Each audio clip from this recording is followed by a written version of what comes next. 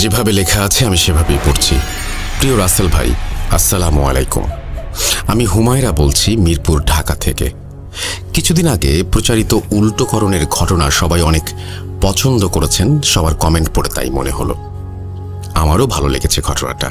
এই ঘটনাটা শুনে আমারও একটা ঘটনার কথা মনে পড়ে গেল, যেটা উল্টোকরণ কিনা জানি না, আমার কাছে মনে হলো কিছুটা সেরকমই। যদি ভুল হয় তবে লিসেনারগণ আমাকে ক্ষমা করবেন। ঘটনাটা আমি শুনেছি বেশ কিছুদিন আগে আমার এক রিলেটিভের কাছে। আমার সাথে কিংবা আমার রিলেটিভের সাথে ঘটা কোনো ঘটনা নয়, বলতে পারেন থার্ড হ্যান্ড ঘটনা। আসলে যারা ভৌতিক ব্যাপারগুলো বিশ্বাস করে তারা বোধহয় সব জায়গাতেই ভৌতিক কিছু খুঁজে বেড়ায়। আমিও তার ব্যতিক্রম নই।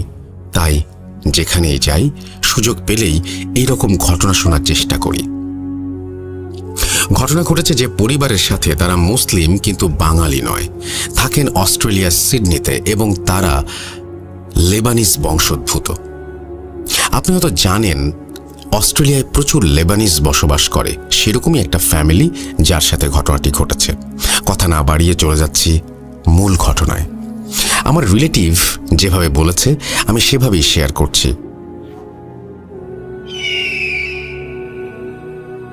সাদি তার ওয়াইফ এবং ছেলেকে নিয়ে সিডনিতে থাকতেন অনেক বছর ধরে। যখন সাদি সিডনিতে আসেন তখন ওনার বয়স ছিল 25 বছর। উনি একটা ইউনিভার্সিটিতে পড়াতেন, আর সেখানেই পরিচয় হয় জয়তুনের সাথে। জয়তুন এবং আজিজা ছিল কাজিন, তারাও একই ইউনিভার্সিটিতে পড়তেন। সাদির সবসময়ই জয়তুনকে অনেক ভালো লাগতো, আর সেই কথা একদিন সে আজিজাকে বলে।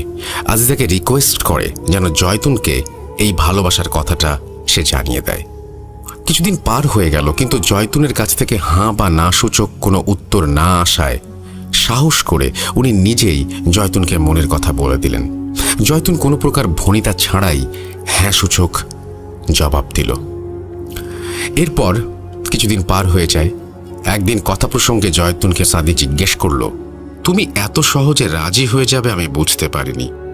আজিজা কি তোমাকে আমার বিষয়ে কিছু বলেছিল? জয়তুন অবাক হয়ে বলল, তুমি কি বলছো? আজিজা আমাকে কি বলবে? কেন? আমাদের বিষয়? আমি আজিজাকে দিয়ে তোমার কাছে প্রস্তাব পাঠিয়েছিলাম। কই, ও তো আমাকে কিছু বলেনি। দুজনে একটু অবাক হলো এবং সাদি বলল, বাদ দাও, আমরা দুজন একসাথে আছি, এটাই বড় কথা। আগেই বলেছি আজিজা এবং জয়তুন সম্পর্কে বোন হওয়ায় ওরা একই বাসায় থাকতো। বছরখানেক পর সাদির পড়াশোনা কমপ্লিট হয়। এরপর তাদের রিলেশনের বিষয়টি তাদের ফ্যামিলিতে জানালো এবং বলল, আমরা বিয়ে করতে চাই। দুজনের ফ্যামিলি ওদের সম্পর্ক মেনে নিল এবং বিয়ের ব্যবস্থা করে দিল।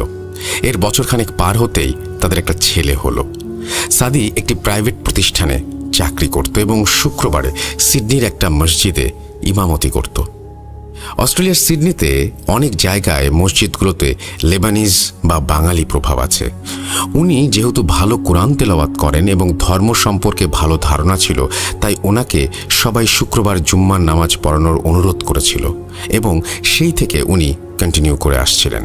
ওনার আরও একটি বৈশিষ্ট্য ছিল, যেটা বংশক্রমে পাওয়া। জিনে ধরা মানুষের তদবির করতে পারতেন তিনি। উনি প্রফেশনালি করতেন না, কিন্তু মাঝে মাঝে এটা করতেন নিতান্ত কারো অনুরোধ থাকলে, এবং ওনার কিছু আধ্যাত্মিক ক্ষমতা ছিল সে কারণেও। সাদি যে অফিসে চাকরি করত সেখানেই কোইন্সিডেন্টালি আজিজারও চাকরি হয়ে যায়। চাকরির সুবাদে প্রতিদিনই আজিজার সাথে সাদির দেখা হয়ে যেত। একদিন কথা প্রসঙ্গে সাদি আজিজাকে জিজ্ঞেস করলো, তুমি জয়তুনকে আমার কথা কিছু বলনি? এই কথা শুনে আজিজা রহস্যময় এক হাসি দিয়ে চলে গেল। সেদিন আর জানা হলো না। পরের দিন শুক্রবার সাদি জুম্মার নামাজ পড়ানোর পর মসজিদ সংলগ্ন কবরস্থানের কাছে এসে বাসায় যান। ওই বাসায় তার পরিচিত একজন গোরখোদক, যিনি কিছুটা অসুস্থ ছিলেন। লিসেনার গোরখোদক সম্পর্কে আগেও আশা করি শুনেছেন, তারপরেও বলি, যিনি কবর খোঁড়ার কাজ করেন তাকে গোরখোদক বলা হয়। এই লোকের নাম ছিল আসগর আলী। তো ঘরের কাছাকাছি যখন পৌঁছান তখন যে অবাক করা বিষয়টা ঘটে সেটা দেখার জন্য আসলে সাদি মোটেও প্রস্তুত ছিলেন না। উনি দেখতে পান ওই ঘর থেকে আজিজা বের হয়েছে আর সাদিকে দেখার পর দ্রুত ওই স্থান থেকে চলে যাচ্ছিলেন। কয়েকবার ডাক দেবার সত্ত্বেও আজিজা কোনো রেসপন্স করেনি। আসগরের বাসায় যাওয়াটা অস্বাভাবিক বিষয় না, বিষয়টা হলো ওই লোক সাদির পরিচিত, কিন্তু আজিজা কেন ওই লোকের কাছে গেল? উনি কালো জাদু, জিন, ভূত জাতীয় সমস্যা এবং কবর খোঁড়ার কাজ ছাড়া তো কিছু করেন না। আজিজার বিষয়ে মনে এক প্রকার শঙ্কা নিয়ে সাদি আসগরের বাসায় প্রবেশ করলেন। আসগরকে জিজ্ঞাসা করেন ওই মহিলা কি কারণে এখানে এসেছিল। প্রথমে উনি এ বিষয়ে কিছু বলতে চাননি, পরে অনেক অনুরোধ করার পর একটি কাগজ দেখান। তো সাদি যেহেতু এই বিষয়ে জানেন, তিনি সহজেই বুঝতে পারেন আজিজা কি চাচ্ছে। ভয়ানক বিষয় হচ্ছে ওখানে ওনার নিজের নাম মেনশন করা ছিল এবং মেসেজটি দিয়ে বোঝানো বা চাওয়া হয়েছে যেন তার এবং জয়তুনের সম্পর্ক ভেঙে যায়। বিষয়টি দেখে উনি খুব কষ্ট পান এবং অবাক হন। এরপর উনি আসগরকে অনুরোধ করেন, আপনাকে আজিজা যে টাকা দিয়েছে তার ডাবল টাকা দেব, আপনি এটা করবেন না। আমি আমার স্ত্রীকে অনেক ভালোবাসি। আসগর বলেন, ভাই আপনি আমাকে অনুরোধ করবেন না প্লিজ, আমি এমনিতে এটা করতাম না। আপনার প্রতি আমার অনেক শ্রদ্ধাবোধ আছে। সাদির অভ্যাস ছিল নিয়মিত ডায়েরি লেখা। ডায়েরিতে উনি লিখেছেন, আজ আসগরের বাসায় আজিজাকে দেখে খুব কষ্ট পেলাম। আমি কল্পনাও করিনি ও আমাকে ভালোবাসে, কিন্তু সন্দেহ ছিল, তবে এমন ভয়াবহ কাজ করবে এটা মানতেই পারছিলাম না। ও আমার এবং জয়তুনের সংসার ভেঙে দেবার জন্য ব্ল্যাক ম্যাজিক করার চেষ্টা করছিল। ওর সাথে কাল কথা বলতে হবে। কিছুক্ষণ পর জয়তুন রুমে প্রবেশ করে দেখল টেবিল ল্যাম্পটি জ্বলছে, কিন্তু সাদি রুমে নেই। এরপর কাছে গিয়ে ল্যাম্পটা বন্ধ করার সময় হঠাৎ চোখে পড়ল খুলে রাখা ডায়েরিটা। এরপর সে লেখাটা কৌতূহল বশত পড়ে ফেলল। সেসব কি দেখছে নিজেকে কন্ট্রোল করতে পারল না জয়তুন। প্রচণ্ড রাগ, কষ্ট, ঘৃণা কাজ করছিল তার মনের ভেতর। ওর অভ্যাস ছিল সবকিছু বাবাকে শেয়ার করা, কারণ আসলে ওর বাবা ছাড়া আর কেউ নেই। বাবা শুধু বাবাই নয়, ওর বন্ধুও, তাই সে কারণেই শেয়ার করা। স্বাভাবিকভাবে জয়তুনের বাবার মনেও প্রচণ্ড ক্ষোভের সৃষ্টি হয়। তিনি মনে মনে ভাবতে থাকেন, তুমি আমার মেয়ের ওপর কালো জাদু করেছ, আমি তোমাকে ছাড়ব না, আমি তোমার ওপর কালো জাদু করব। এরপর যেরকম প্ল্যান করেছিল সেরকম বড় একজন তান্ত্রিকের কাছে যান তারা এবং সবকিছু খুলে বলেন। তান্ত্রিক বলল, আপনি ব্ল্যাক ম্যাজিক করতে চান? আপনি যাকে ব্ল্যাক ম্যাজিক করতে চান তার চুল, নখ এবং কিছু ব্যবহৃত জিনিস নিয়ে এসে আমার সাথে দেখা করবেন। এদিকে জয়তুনের অনেক মন খারাপ দেখে ওকে এবং ছেলেকে নিয়ে বাইরে ঘুরতে যায় সাদি। সাদির ডায়েরির বিষয়ে কিছুই জয়তুন জিজ্ঞাসা করেনি, কিন্তু মনে মনে অনেক কষ্ট পাচ্ছিল। রাস্তায় সাদি নিজেই ড্রাইভ করছিল, অনেক জোরে গাড়ি চালাচ্ছিল। কিছু দূর যাওয়ার পর কিছুটা পাহাড় ঘেরা একটা নির্জন রাস্তায় পৌঁছায় তারা। হঠাৎ রাস্তার মাঝখানে একটা কালো ছায়ার মতো তারা দেখতে পেল। ওনার কাছে অবয়বটা আজিজার মতোই মনে হলো। উনি একটু অন্যমনস্ক হয়ে যান, অজান্তেই হার্ট ব্রেক করেন এবং গাড়ি নিয়ন্ত্রণ হারিয়ে উল্টে যায়। প্রচণ্ড ধাক্কায় উনি বেহুশ হয়ে যান। কিছু সময় পর যখন হুঁশ ফিরে আসে, উনি দেখতে পান তার প্রাণপ্রিয় ছেলে এবং জয়তুন পড়ে আছে রাস্তায় রক্তাক্ত অবস্থায়। এই দৃশ্য দেখে উনি আবার বেহুশ হয়ে পড়ে যান। এরপর ওনার যখন হুঁশ আসে তখন তিনি নিজেকে আবিষ্কার করেন হাসপাতালের বেডে। উদ্বিগ্ন হয়ে সবার কাছে জানতে চান, আমার ছেলে, আমার ওয়াইফ কোথায়? ওনার বাবা জানান, ওরা আর বেঁচে নেই। তোমাদের মসজিদের কাছে যে কবরস্থান আছে ওখানে দাফন করা হয়েছে। এরপর হসপিটাল থেকে বেরিয়ে বাসায় না গিয়ে কবরস্থানে যান তিনি এবং স্ত্রীর কবর জিয়ারত করেন। হঠাৎ উনি দেখতে পান ওনার ছেলে ওনার পাশে বসে আছে। আবেগে উনি ছেলেকে জড়িয়ে ধরেন। এমন সময় চোখ পড়ে আসগরের দিকে। আসগর কেমন যেন ভয়ার্ত চোখে তার দিকে তাকিয়েছিল। কাছে ডাকতে আসগর তাকে প্রশ্ন করে, ভাই আপনি কার সাথে কথা বলছেন? উত্তরে সাদি বলেন, কেন, আমার ছেলে। আসগর খুব অবাক হয়ে বলে, আপনার ছেলে তো মারা গেছে, আপনার পাশে তো কেউ নেই। আমি নিজে তার কবর খুঁড়েছি। ভাই আপনার কি হয়েছে? এরপর আসগর সাদিকে প্রশ্ন করেন, আপনি তো এসব বিষয়ে অনেক ধারণা রাখেন, আপনার কি মনে হয় আপনার ছেলে আর ভাবির মৃত্যু কি স্বাভাবিক? আমার কাছে কিন্তু মনে হয় না। আমি আপনাদের পিছনে একটি কালো ছায়া দেখতে পেয়েছিলাম, যেটা ছিল ভাবির। সাদিরও সেই কথাই মনে হচ্ছিল। আসগরের সাথে কথা না বাড়িয়ে উনি বাড়ির দিকে যাচ্ছিলেন আর মনে মনে ভাবছিলেন, তাহলে কি আজিজা অন্য কোনো মাধ্যমে কাজ করিয়েছে, যার ফলেই আমার ছেলে এবং ওয়াইফ মারা গেল? এদিকে জয়তুনের বাবা পাগল প্রায় তার একমাত্র কন্যা এবং নাতনির বিদায়ে। এবার সে দৃঢ় প্রতিজ্ঞাবদ্ধ হলো আজিজার বিষয়ে, কারণ এবার সে নিশ্চিত এ কাজ আজিজা ছাড়া কেউ করেনি। দুদিন পরেই সে তান্ত্রিকের কাছে তার চাওয়া জিনিসগুলো নিয়ে উপস্থিত হয় আর তাকে জানায় তার মেয়ে অ্যাক্সিডেন্টের ঘটনা। তান্ত্রিক বললেন, এবার কোনো জিন নয়, আপনার মেয়ে কারিনকে দিয়েই ওকে শাস্তি দেওয়াতে পারেন। যদি আপনি আজিজার এই সমস্ত জিনিসগুলো আপনার মেয়ের লাশের মুখের ভেতর দিয়ে সেলাই করে দিতে পারেন, এবং আরও কিছু রিচুয়াল আছে যেগুলো করলে পরে কারিন বশে আসবে। উনি কথা মতো সব কাজ করলেন। সত্যি কথা বলতে, একজন ইনোসেন্ট মানুষ তার আপনজন হারালে কতটা অ্যাগ্রেসিভ হতে পারে তার জলজান্ত প্রমাণ হলো জয়তুনের বাবা। তাই ভয়ঙ্কর কাজ তার মতো মানুষের পক্ষে অনেক কঠিন ছিল, কিন্তু মেয়ের মৃত্যুর প্রতিশোধের কাছে বিষয়টি নিতান্তই নগণ্য ছিল। তান্ত্রিক জয়তুনের বাবাকে বললেন, আপনার সব কাজ শেষ, এখন বাড়ি যেতে পারেন, এখন শুধু অপেক্ষার পালা। কারিনদের সম্পর্কে হয়তো কম বেশি সবাই জানেন। কারিনরা সবসময় অপেক্ষায় থাকে কখন মানুষ তাকে ডাকে এবং নিজের ঈমান নষ্ট করে। কারিনদের কাজই হচ্ছে মানুষকে ধোঁকা দেওয়া। যুগে যুগে কারিনরা ধোঁকা দিয়েছে এবং ভবিষ্যতে পৃথিবী ধ্বংস হওয়া পর্যন্ত তারা মানুষকে ধোঁকা দিয়ে যাবে। এরপর কিছুদিন পার হয়, সাদি কিছুটা স্বাভাবিক হন এবং অফিসে নিয়মিত যাতায়াত শুরু করেন। আজিজার সাথেও দেখা হয়। তিনি ওকে প্রায়ই বলতেন, কাজটা তুমি কেন করলে? আজিজা অবাক হলো আর বলল, কোন কাজ? তুমি কেন জয়তুন এবং আমার ছেলের এত বড় ক্ষতি করলে? বিনিময়ে তুমি কি পেলে? আমাকে কি পাবে বলে মনে হয়? কখনোই না। আজিজা বলল, এগুলো আপনি কি বলছেন? আমি তো কিছুই করিনি। করতে গিয়েছিলাম, কিন্তু আপনাকে দেখে অনেক বেশি লজ্জিত হয়েছিলাম, তাই আর কিছুই করিনি, এবং আসগর ভাইও আমাকে কিছু জানায়নি। আজিজা মন খারাপ করে অফিস থেকে বাসায় ফিরছিল নিজেই ড্রাইভ করে। ফেরা পথে একটি টানেল পার হতে হয় তার সব সময়। আজ টানেলের ভেতর প্রবেশ করতে হঠাৎ গাড়িটা বন্ধ হয়ে যায়। বিষয়টা খুব অবাক করা ছিল, কারণ গাড়ির সব কিছুই ঠিকঠাক ছিল এবং ট্যাঙ্ক ফুল ছিল। গাড়ি তো বন্ধ হয়ে যাওয়ার কথা না। এরপর ওনার ফ্রেন্ডকে ফোন করে লোকেশনটা জানালো এবং বলল, আমাকে একটু পিক করতে পারবা? কিছু সময় পার হয়ে যায়, কিন্তু কোনো গাড়িও আশেপাশে দেখা যাচ্ছিল না যে কারো লিফট চাইবে। তবুও চেক করার জন্য যখনই ডোর খুলে বাইরে পা দিল, কেমন একটা ভারী ফিল হতে লাগলো। গা শিউরে উঠল। ভয়ে ভয়ে গাড়ির পেছনের ব্যাগডালা খুলতে যাবে, তখনই টক টক করতে করতে একটা ছোট বল এসে তার পায়ের কাছে থামলো। উনি ভয়ে ভয়ে বলল, এনিবডি হিয়ার? কোথাও থেকে কোনো রেসপন্স আসলো না।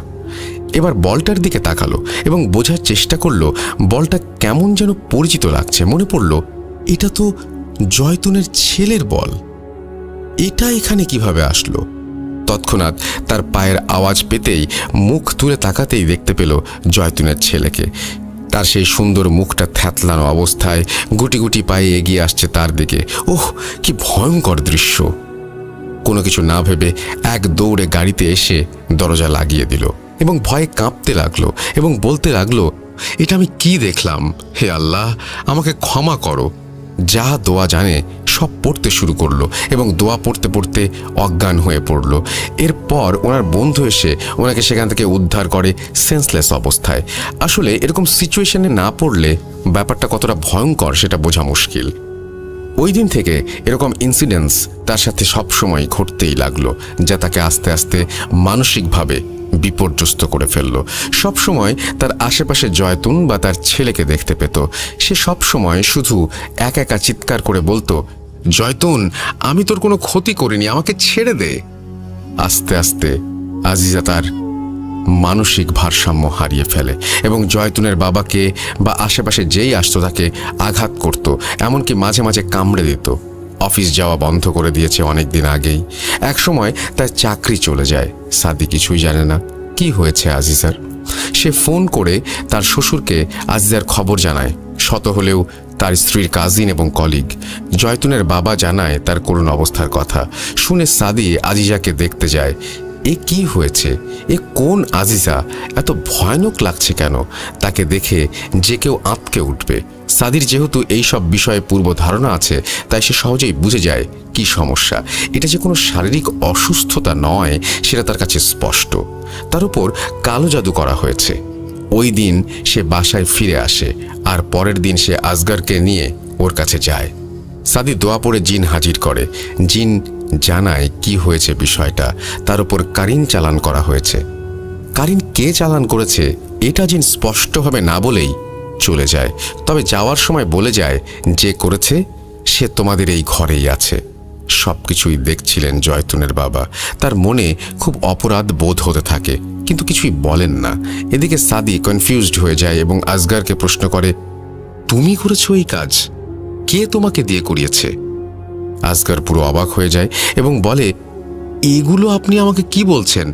আমি যদি করতাম তাহলে কি আপনার সাথে আসতাম? দুজনের বাক বিতণ্ডা দেখে জয়তুনের বাবা বলেন, তোমরা থামো, আমি বলছি। ওর ওপর কালো জাদু আমি করেছি। তুমি ডায়েরিতে কি লিখেছিলে মনে আছে? ওই লেখাটা জয়তুন পড়েছিল এবং আমাকে জানিয়েছিল। এরপর জয়তুন মারা যায়। আমার পুরোপুরি ধারণা ছিল আজিজা ওর ওপর কালো জাদু করেছে, তাই ওভাবে মারা গিয়েছে। সাদি বলল, আপনার ধারণা পুরোপুরি ভুল ছিল। জয়তুনের ওপর কালো জাদু আজিজা করেনি। এরপর জয়তুনের বাবা নিজের ভুল বুঝতে পারে আর সেই তান্ত্রিকের কাছে যায় জাদু সরিয়ে নেওয়ার জন্য। কিন্তু তান্ত্রিক জানায় এখন আর কোনো উপায় নেই। কারিন তাকে পুরোপুরি ক্যাপচার করে ফেলেছে, আর সরানো সম্ভব না। এরপর আজিজার পাগলামির মাত্রা বেড়ে যেতে থাকে এবং তাকে সিডনিতে একটি মানসিক হাসপাতালে ভর্তি করিয়ে দেওয়া হয়। জানা যায় ওখান থেকে কোনো এক রাতে সবার চোখকে ফাঁকি দিয়ে আজিজা কোথাও চলে গেছে। ঘটনার এন্ডিংটা সবসময় আনন্দের হয় না। এটারও তাই। কালো জাদু যে সবসময় মানুষের জীবন তছনছ করে দেয়, এখানেও তার ব্যতিক্রম নয়। সব রহস্যের উত্তর পাওয়া গেলেও একটা রহস্যের জট অজানাই রয়ে গেল। সেটা হলো, কেনই বা সাদি ওই দিন রাস্তায় আজিজাকে দেখতে পেয়েছিল? জয়তুনের অ্যাক্সিডেন্টটা কি স্বাভাবিক ছিল, নাকি তার ওপর কালো জাদু করা হয়েছিল? যদি করা হয়েই থাকে তাহলে কে করেছে? এই প্রশ্নটা লিসেনারদের কাছে ছুড়ে দিলাম। জানি না কেমন লেগেছে আমার ঘটনাটা আপনার এবং লিসেনারদের কাছে। যদি সামান্য ভালো লেগে থাকে প্রচার করবেন আশা করি। আমাকে গোলাম রাব্বি প্রায় সবসময়ই লিখতে বলেন, কিন্তু আমার কাছে মনে হয় আমি গুছিয়ে লিখতে পারি না। ভূত.com-এর রোমান, সাবিত, তুষার ভাই আরও যারা আছেন তারা সবাই অনেক সুন্দর করে গুছিয়ে লেখেন। তাদের লেখা দেখলে বা শুনলে সাহস পাই না। এবারে লেখাটা অ্যাডমিন সেজুতি আপুর জন্য লিখলাম। এই বলে তিনি তার নাম দিয়েছেন হুমায়রা বিনতে কবির, এবং থ্যাংক ইউ ভেরি মাচ আপনার এই ঘটনাটি পাঠানোর জন্য। এবং আমি বিশ্বাস করি যে আপনাদের কাছেও এরকম ঘটনা অসংখ্য রয়েছে। সেই ঘটনাগুলো আমাদের কাছে পাঠিয়ে দিন। আমরা অপেক্ষায় আছি আপনাদের ঘটনার। আমাদের ইমেল অ্যাড্রেস তো আপনাদের জানাই আছে, তারপরে আরও একবার মনে করে দিই, আমাদের ইমেল অ্যাড্রেস হচ্ছে russell.booth.com@gmail.com। আপনার নাম, ঠিকানা এবং ফোন নম্বর সহ দ্রুত পাঠান আপনার ঘটনা। আমরা অপেক্ষায় থাকলাম।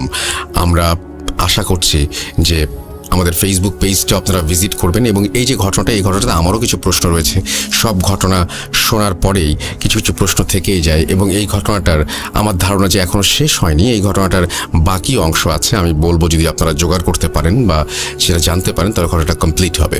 কারণ এখানে আসলেই কে জাদু করেছে, তার উদ্দেশ্য কি, কেন এইভাবে জাদু করা হলো, এইটা ছাড়া এই ঘটনাটা আসলে বোঝাটা একটু শক্ত।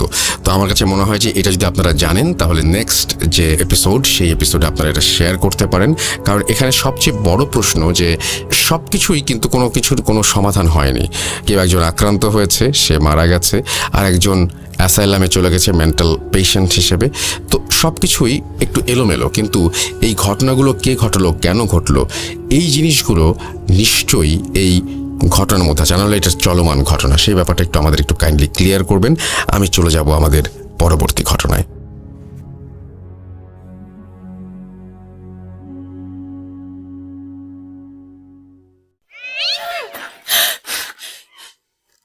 আজ আবার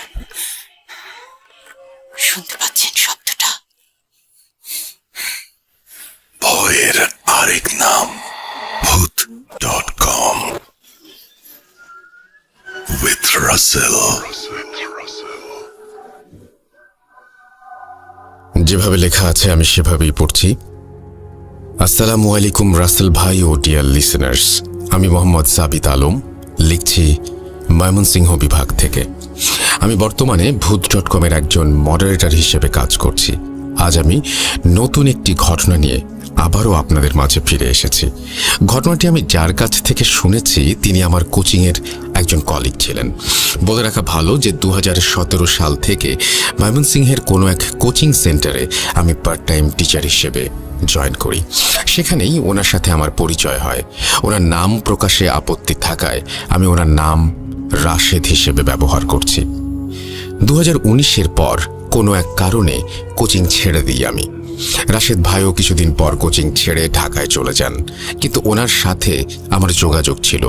উনি ভূত.com-এর বড় একজন ফ্যান। আমি মডারেটর হবার পর আমাকে উনি বলেছিলেন যে উনি যখন ময়মনসিংহে আসবেন আমাকে ওনার লাইফের একটি ঘটনা বলবেন। রাশেদ ভাই বয়সে আমার থেকে 2-3 বছরের বড় হবেন। লাস্ট কয়েক মাস আগে ওনার একটি চাকরির ইন্টারভিউ ময়মনসিংহে হওয়ায় উনি ময়মনসিংহ আসেন, আর আমি ওনার সাথে দেখা করে ঘটনা শোনার সুযোগ পেয়ে যাই। আমি রাশেদ ভাইকে নিয়ে ময়মনসিংহের কাচারি ঘাটের কাছের একটি চায়ের দোকানে বসে ওনার সাথে নিয়মিত জীবনের খোঁজ খবর নেবার পর্ব শেষ করে ওনাকে আমি আচমকাই বলে বসি, ভাই, আপনি না আমাকে ঘটনা বলবেন বলেছিলেন, আজকে বলেন। উনি আমার কথা শুনে আমার দিকে তাকিয়ে মুচকি একটা হাসি দিয়ে একটা সিগারেট ধরিয়ে কিছুক্ষণ সেটা টেনে আমার দিকে বাড়িয়ে দিলেন। আমি ওনার কাছ থেকে সিগারেট নিয়ে টান দিতে যাব, তখনই উনি বলতে শুরু করলেন ওনার জীবনের এক কালো অধ্যায়। রাশেদ ভাইয়ের ঘটনা উনি আমাকে যেভাবে বলেছেন আমি সেভাবে লেখার চেষ্টা করছি। অনিচ্ছাকৃত ভুল ত্রুটির জন্য ক্ষমা চেয়ে নিচ্ছি।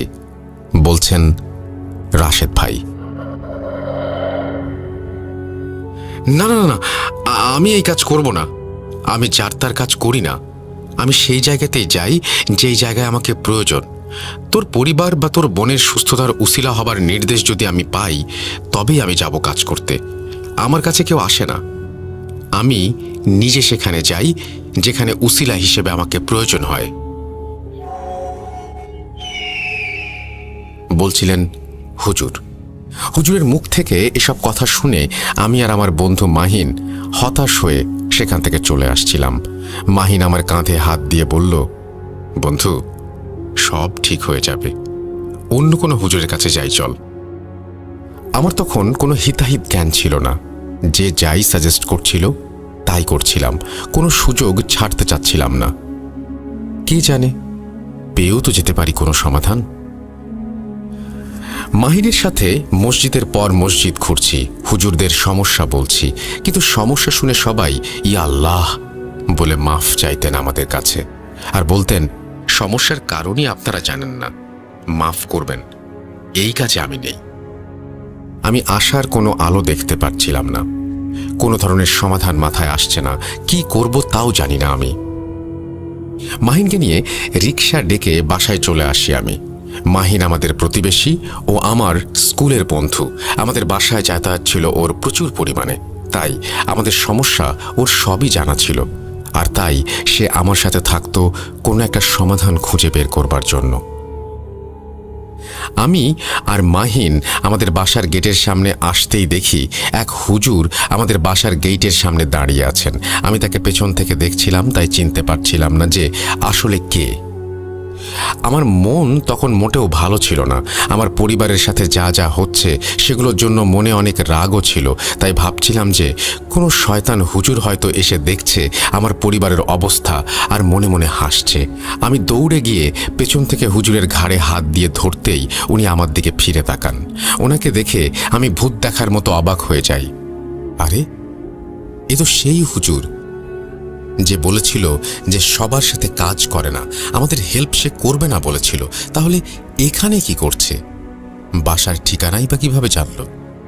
আমি হুজুরের দিকে তাকিয়ে প্রশ্ন করলাম, আপনি এখানে কি চাই? সাহায্য করবেন না বলেই তো দিয়েছেন, ঠিকানা কোথায় পেলেন? উনি আমাকে বললেন, আমি কিভাবে ঠিকানা পেয়েছি সেটা জেনে তুই কি করবি? বলতো, এই বাসায় যে মেয়ে থাকে সেই কি তোর বোন? সমস্যাটা কি তারই? আমি হ্যাঁ বোধক উত্তর দিয়ে মাথা নাড়লাম। উনি তৎক্ষণাৎ আমাকে বললেন, তোর নাম তো রাশেদ, তাই না? আচ্ছা শোন, আমি আগামী 5 দিন পর তোদের বাসায় আসব। এখনো সময় হয়নি তোর বোনের চিকিৎসা করার। সময় হোক, আমি আসব। আল্লাহ ভরসা বাবা। এই বলে উনি মাহিনের দিকে তাকান আর এরপর চলে যান সেখান থেকে। আমি ওনাকে পেছন থেকে ডাকতে থাকি, আরে হুজুর, হুজুর কোথায় যান? 5 দিন পর কেন আসবেন? আরে ভণ্ড নাকি, টাকা খাবার ধান্দা। আমার কথা শেষ হতে হতে হুজুর আস্তে আস্তে দূরে চলে যেতে লাগলেন। আমি হতভম্ব হয়ে যাই ঘটনার আকস্মিকতায়, আর মাহিনের দিকে তাকিয়ে দেখি তাকেও আমার মতো চিন্তিত দেখাচ্ছে। এরপর আমি আর মাহিন যে যার বাসায় চলে যাই। রাতের বেলা বাসায় ঢুকতেই আম্মু আব্বুর রুমে গিয়ে ওনাদের বলি যে এখনো কোনো সমাধান পাইনি। সেই হুজুরের কথা আম্মু আব্বুকে বলিনি, কারণ আমার মনে হয়েছে লোকটা পাগল। হয়তো আমাদের পিছু নিয়েছিল, তাই ঠিকানা জেনে গেছে, আর এখন হয়তো টাকা খাবার ধান্দা করছে আমাদের অসহায়ত্বের সুযোগ নিয়ে। আম্মু আব্বুর সাথে কথা বলে আমি আমার ভাগ্নে অর্থাৎ আমার বোনের ছেলেকে কোলে নিয়ে আমার রুমে চলে এলাম। আমার ভাগ্নের বয়স প্রায় 2.5 বছর, কিন্তু সে প্রায়ই তার মায়ের আদর থেকে বঞ্চিত। ভাগ্নেকে কোলে নিয়ে আমি আমার রুমে পায়চারি করছিলাম আর ভাবছিলাম যে কি হবে আমাদের আর আমার বোনের পরিবারের, আর আমার ভাগ্নেটারই বা কি হবে। ভাবতে ভাবতে দেখি আমার ভাগ্নে ঘুমিয়ে গেছে আমার কোলে। ভাগ্নেকে আমি রুমে দিয়ে এসে আমার বোনের রুমের দরজার সামনে দাঁড়াই। দরজাটা লক করা, কিন্তু কেন? বোনের রুমের দরজার ভেতর থেকে খুব ভারী গলার আবছা আওয়াজ পাচ্ছিলাম। তোর ক্ষমতা আছে আমাকে ধরে রাখার? সময় চলে আসছে, আর কিছুদিন বাকি। এরপর আবার শুনতে পেলাম হালকা গলার আওয়াজ, ইনশাআল্লাহ তোর সব ধোঁকা থেকে মুক্তি দেবেন আল্লাহ। এরপরেই আপুর রুমের থেকে চিৎকারের আওয়াজ শুনি আমি। মনে হচ্ছে কেউ যেন কাউকে এতই মারছে বা টর্চার করছে যে ব্যথায় সে এভাবে কাতরাচ্ছে আর চিৎকার করছে। আমি আপুর রুমের দরজা খুলে আপুর রুমের লাইট জ্বালাতে গিয়ে দেখি আপু বিছানায় ঘুমাচ্ছেন।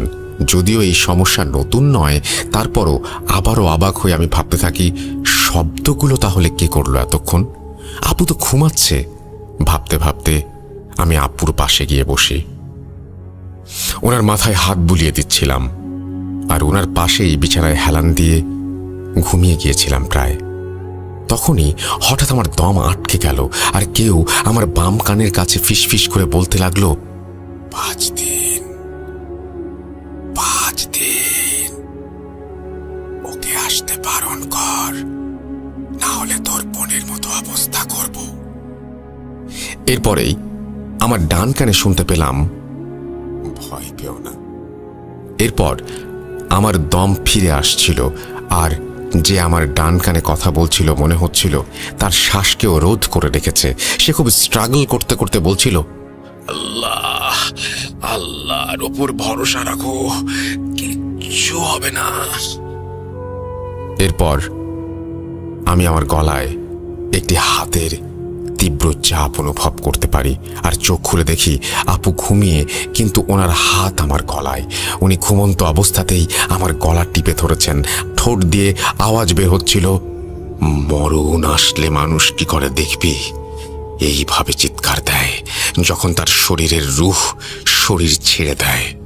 এই বলে আপু রুমে থাকা অবস্থায় এমন চিৎকার দিলেন যে আমার কানের পর্দা ফেটে যাচ্ছিল। এরপর আমি বিছানা থেকে লাফিয়ে উঠে দেখি আমার আপু এখনো ঘুমে, আর চারপাশে সব কিছু স্বাভাবিক। আমি আপুর মাথায় হাত বুলিয়ে দেই আর রুম থেকে বেরিয়ে আসছিলাম। এমন সময় আপু পেছন থেকে বলল, কি কেমন দেখলি? মজা না? বল, মজা না? আমি এই কথা শুনে পেছন ফিরে তাকাতেই দেখলাম আপু বিছানায় বসে, আর উনি যখন কথা বলছিলেন ওনার মুখ থেকে কিছু ধোঁয়ার মতো বের হচ্ছিল, যার গন্ধ এত বেশি বাজে ছিল যে আমি জায়গায় দাঁড়িয়ে বমি করে ফেলি, মেঝেতে বসে পড়ি। এরপর আপু আস্তে আস্তে আমার দিকে এগিয়ে আসলেন আর আমার সামনে দাঁড়িয়ে বললেন, ঠিক এইভাবে তোর রূহ তোর ভেতর থেকে টেনে বের করে ফেলবো। যদি আর ওই পথে যাস, দেখবি কিভাবে করব, দেখবি, দেখ তবে। এই বলে আপু আমার গলার দিকে হাত বাড়াচ্ছিলেন, আর তখনই আপু মাঝ পথে পড়ে যান, আর আমাকে সেই হালকা গলার আওয়াজে খুব কষ্ট করে বলে, চলে যাও, এখান থেকে চলে যাও, ও আমাকে বন্দি করছে, তোমাকেও করবে, আমি ওকে বেশিক্ষণ আটকে রাখতে পারবো না, তাড়াতাড়ি চলে যাও। আমি আমার শরীরের সমস্ত শক্তি দিয়ে মেঝে থেকে উঠে রুমের বাইরে বেরিয়ে যাব বলে ঠিক করি, কিন্তু নিজের বোনকে এমন অবস্থায় দেখে আমি রাগে, দুঃখে আর কষ্টে আপুর সামনে গিয়ে ওনাকে দাঁড় করাই, আর ওনার দুই কাঁধে হাত দিয়ে ঝাঁকি দিয়ে বলি, কি চাস তুই শয়তান? আল্লাহকে ভয় কর, ওনার ক্রোধকে ভয় কর, জাহান্নামী, তুই কি চাস? এই কথা শুনে আপু একেবারে নিস্তেজ হয়ে দাঁড়িয়ে রইল। আমি ওনাকে এভাবে নিশ্চুপ দাঁড়িয়ে থাকতে দেখে ভয় পেয়ে একটু পিছিয়ে যেতে নিলে আপু আমার হাত ধরে আমাকে জড়িয়ে ধরেন আর বলেন, আগে শরীর চাই, পরে রুহ, আগে তোর বোনেরটা, পরে তোরটা, এরপর তোর মা বাবার। আমাকে জাগিয়ে অনেক ভুল করেছে ও, আমাকে কেন ডাকলো? আমি এবার সব শেষ। আপু কথাটা শেষও করতে পারেনি, তার আগেই উনি আমাকে ছেড়ে দেন আর আমার থেকে দূরে সরে গিয়ে হালকা আওয়াজে বলেন, চলে যেতে বললাম না তোকে? চলে যা, ও তোকে বন্দি করার আগে চলে যা। এরপর আমার আর কিছুই মনে নেই। এরপর আমার ঘুম ভাঙল পরদিন সন্ধ্যায়। ঘুম থেকে উঠে দেখি আমি নিজের বিছানায় শুয়ে আছি, আর আমার আম্মু আমার পাশে বসা। আমি আম্মুকে গতকাল রাতের কথা বললে আম্মু কান্না করতে শুরু করে দেন আর বলতে থাকেন, রাশেদ, তুই গতকাল রাতে তোর ঘরেই ছিলি, তুই এতক্ষণ আমাকে যা বললি, সকালে তোর বোন আমাকে সেইগুলোই বলল, কিন্তু তার ভাষ্যমতে রাতের বেলা সে তোর ঘরে এসেছিল, তুই ওর ঘরে যাসনি, আর তুই নাকি ওর সাথে ওই সব কথা বলেছিস যা তুই শুধুমাত্র আমাকে তোর বোনের নামে বললি। আর তুই দুই রকম আওয়াজে নাকি কথা বলছিলি। সকালে উঠে আমি দুজনকেই দুজনের রুমের দরজার সামনে অজ্ঞান অবস্থায় পেয়েছিলাম। বল বাবা, আমি কাকে বিশ্বাস করব? আম্মুর এই কথা শুনে আমি আম্মুকে সান্ত্বনা দিয়ে বললাম যে আপুর সমস্যাটা মনে হয় আমার মাঝেও আসছে আস্তে আস্তে, জলদি কিছু একটা করতে হবে আমাদের। এরপর আমি দেখি যে মাহিন আমার রুমে ঢুকলো। মাহিন আমাকে বলল, চল, একজন নতুন হুজুরের সন্ধান পেয়েছি, সেখানে যাই। মাহিনের কথা শুনে আমি আর কোনো কিছু না ভেবে শার্ট পরে মাহিনের সাথে চলে যেতে লাগলাম। সারাদিন না খেয়ে থাকার ফলে বাইরে বেরিয়ে দোকানে বসে 2-3টা পুরি খেয়ে আবার সেই হুজুরের কাছে গেলাম। হুজুরের কাছে গিয়ে আমার খুব অস্বস্তি বোধ হচ্ছিল, কারণ ওনার গায়ে টুপি পাঞ্জাবি থাকলেও ওনার চেহারাটা কেমন যেন রুক্ষ আর অমানসিকতায় ভরা ছিল। উনি আমাকে দেখে বললেন, মাহিন আমাকে সব বলেছে, তোর বোনের সমস্যা শেষ হবে। আসলে ওকে কালো জাদু করা হয়েছে, সেটা কাটাতে হলে আমাকেও এইভাবে কিছু কাজ করতে হবে, তাই আমার কিছু জিনিস লাগবে। একটা মোমবাতি, তোর বোনের ছবি, তার ব্যবহার করা কাপড় আর তার সম্পূর্ণ নাম সহ তোমাদের বাসার সামনের এক মুঠো মাটি। আমি ওনাকে বললাম আমি সব কিছু দিতে রাজি আছি, কিন্তু আমার বোনের ভালো হওয়া চাই। এরপর উনি উদ্ভট একটা হাসি দিয়ে বললেন, কাজ হয়ে যাবে।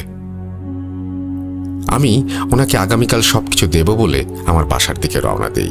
এরপর রিকশায় উঠে এমন সময় কোথা থেকে যেন গতকালের সেই পাগল হুজুর আমার সামনে আসেন। তারপর আমাকে একটা সজোরে চড় দিয়ে বলতে লাগলেন, সর্বনাশ করতে কি উঠে পড়ে লেগেছিলি তুই? তোকে বললাম না 5 দিন পর আসবো, তুই কেন এখানে এলি? আমি চড় খেয়ে কিছুটা স্তব্ধ হয়ে যাই, আর ওনার প্রশ্ন শুনে নিজেকে সামলে ওনাকে জিজ্ঞেস করি যে, আপনি এখানে? আমাকে মারলেন যে? আপনি আমার পিছু করছেন টাকা খাবার জন্য? ওসব হবে না। এরপর উনি আমাকে খুব ঠান্ডা গলায় বললেন, টাকা? তুই ভেবেছিস আমি টাকার জন্য এসব করছি। তুই জানিস আমি কে? আমি একজন ইঞ্জিনিয়ার ছিলাম। মা বাবাকে শয়তানের কাছে হারিয়ে এই দীক্ষা গ্রহণ করে মানুষকে সাহায্য করাই আমার কাজ এখন। টাকা, তুই আমাকে টাকা দিবি? তোর বোনের জীবনের মূল্যে কত টাকা দিবি আমাকে? টাকার কথা বলিস মূর্খ, কত টাকা দিবি তুই? ওনার কথা শুনে আমি কিছুটা ঠান্ডা হই। এর মাঝে মাহিন সেই হুজুরকে গালাগাল করতে থাকে, কারণ হুজুর আমাকে মেরেছিল। এরপর আমি মাহিনকে শান্ত হতে বললাম, আর হুজুর আমাদের বললেন, চল তোদের নিয়ে সামনে এগুতে এগুতে তোর বোনের ঘটনা শুনবো, আয়। অনেককেই তো বলেছিস, আমাকে একবার বলে দেখ। এই বলে উনি আমাদের নিয়ে হাঁটতে শুরু করেন। আমিও ওনাকে বলতে চাচ্ছিলাম, আসলে হয়তো হালকা হতে চাচ্ছিলাম, বা কোনো সমস্যার সমাধানের আশায়। সে যাই হোক, একটু সামনে যেতেই আমাদের সামনে একটি ভ্যান এলো। ভ্যানওয়ালাকে হুজুর সালাম দিয়ে বললেন, ভাইজান সামনে যাবেন?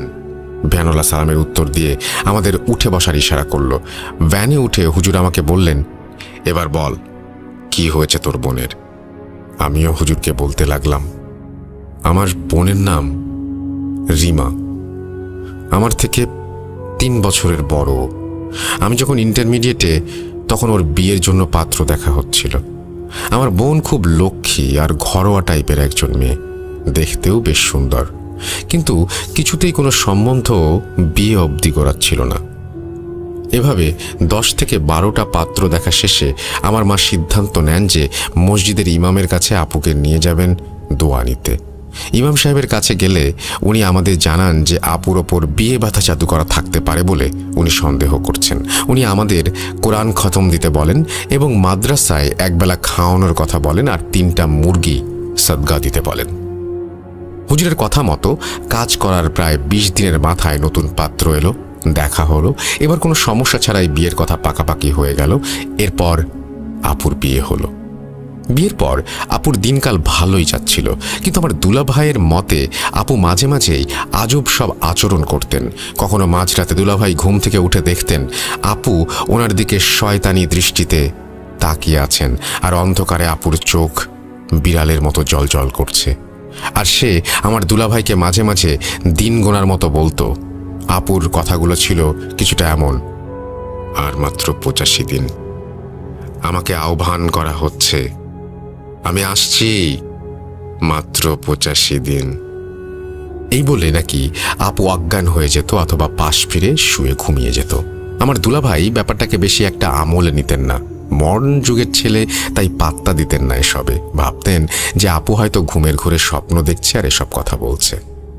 মাঝে মাঝে নাকি আপু ঘুম থেকে উঠে ফ্যাল ফ্যাল চোখে কাঁদো কাঁদো হয়ে দুলাভাইয়ের দিকে তাকিয়ে থাকতো আর বলতো, আমি আর বেশি দিন পারবো না, আপনারা দোয়া করেন যেন আল্লাহ রহম করেন। এই বলে নাকি সেও পাশ ফিরে শুয়ে ঘুমিয়ে যেত। ভাইয়া এই কথাগুলো একইভাবে পাত্তা দিতেন না, কিন্তু যত দিন যেতে লাগলো সমস্যা তত বাড়তে লাগলো। একদিন রাতের বেলা আমার দুলাভাইয়ের ফ্যামিলির সবার ঘুম ভাঙলো দুলাভাইয়ের বড় ভাইয়ের ছেলের চিৎকারে। তার চিৎকার শুনে সবাই ঘুম থেকে উঠে তাকে খুঁজতে থাকে, কিন্তু কোথাও খুঁজে পাওয়া যায় না। অনেক খোঁজার পর তাকে বাসায় না পেয়ে এলাকার আশেপাশে খুঁজে আপুর শ্বশুর বাড়ি ফিরলেন। তখন দেখলেন যে ওনার নাতি ডাইনিংয়ের মাঝে অচেতন হয়ে পড়ে আছে, আর তার মাথার মাঝে বড় করে কালো তিলক আঁকা। এরপর তাকে উঠানো হলো আর তাকে বিছানায় নিয়ে তার জ্ঞান ফেরানো হলো। সবাই তখন ওর কাছে দাঁড়িয়ে ছিল। সে ঘুম থেকে উঠেই আমার আপুকে দেখে জোরে চিৎকার দিয়ে কাঁদতে লাগলো। ওকে শান্ত করে সবাই যখন জিজ্ঞেস করলো যে কেন সে কাঁদছে আর কোথায় বা সে গিয়েছিল, উত্তরে সে গুছিয়ে কিছু বলতে পারেনি, কারণ তার বয়স তখন 10-এর বেশি নয়। খুব ঘুম পেয়েছিল। অগোছালো তার কথাগুলো যদি সাজানো হয় তবে তার মানে দাঁড়ায় যে রাতের বেলা বাথরুমে যাবার দরকার হলে সে বাথরুমে যাবে বলে উঠতে চাচ্ছিল। আর তখনই আমার আপু তার সামনে কোথা থেকে যেন চলে আসে। সে আপুর সাথে বাথরুমে যায়, কিন্তু আপু তাকে বাথরুমে নিয়ে গিয়ে তার হাত বেঁধে ফেলে আর একটি মোমবাতি জ্বালিয়ে পর সেটি আঙুল দিয়ে নিভিয়ে তার আঙুলে লাগা মোমবাতির কালি নাকি তার মাথায় লাগিয়েছিল, আর তাকে নাকি বলেছিল, কোরবানি বৃথা যাবে না, এই বয়সে কোরবানি হবি, তোর ভাগ্য খুব ভালো, আয় যাস না। কোথায় নিয়ে যাচ্ছিস ওকে? চলে আয়, আয়, দিয়ে যা বলছি। কতদিন এভাবে পারবি? আয় বলছি। আপুর মুখে সব শুনে নাকি সে চিৎকার দিয়ে বাথরুমেই পড়ে যায়, কিন্তু সেখান থেকে ডাইনিংয়ে কিভাবে গেল তা সে জানে না। এরপর সবাই আমার আপুর দিকে প্রশ্নবোধক চিহ্ন মুখে তাকালে দুলাভাই আমার আপুকে ডিফেন্ড করার জন্য বললেন, আরে বাচ্চা যখন চিৎকার করলো তখন আমি আর রিমা দুজন মিলে একসাথে ঘুম থেকে উঠে ওকে খোঁজা শুরু করলাম না?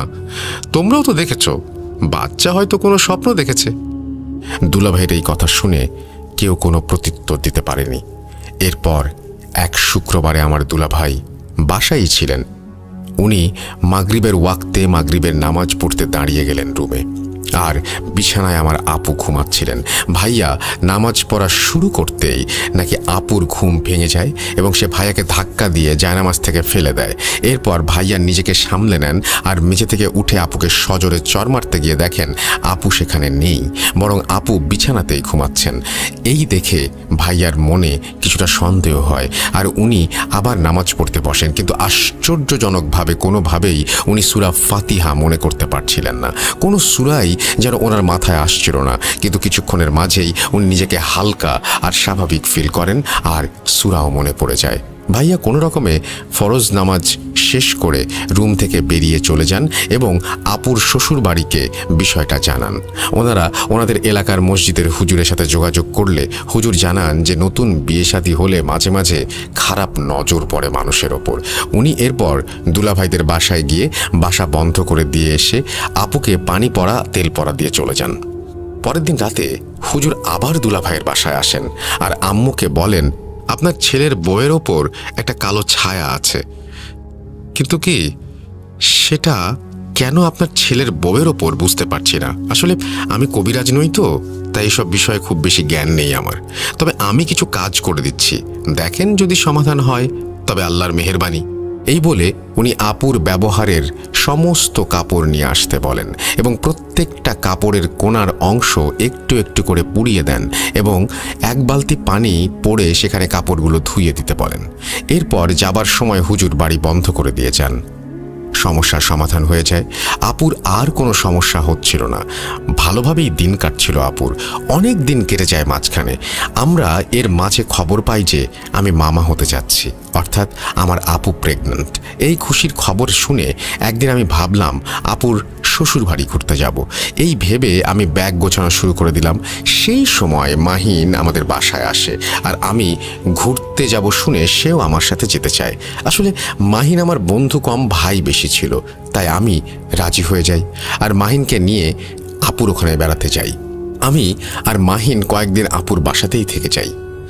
সব কিছু একেবারে ঠিকঠাক ছিল। 6 থেকে 7 দিন আপুর বাসায় থেকে আমি আর মাহিন ফিরে আসি। আসার সময় আপু আমার আর মাহিনের জন্য নতুন জামা কাপড় গিফট করেন আর মাহিনের বোনের জন্য এক সেট কানের দুল গিফট করেন। আমি ফিরে আসার কিছুদিন পর থেকে আপু অসুস্থ হতে লাগলেন। উনি নাকি প্রায় পেটে ব্যথা অনুভব করেন, কিন্তু মুখ দিয়ে 2-3 বার বের করার সাথে সাথে নাকি ব্যথাটা গায়েব হয়ে যেত। যদিও প্রেগনেন্সিতে বিষয়টা খুব আনইউজুয়াল না। আপু বলতেন এই ব্যথা অন্যরকম ব্যথা।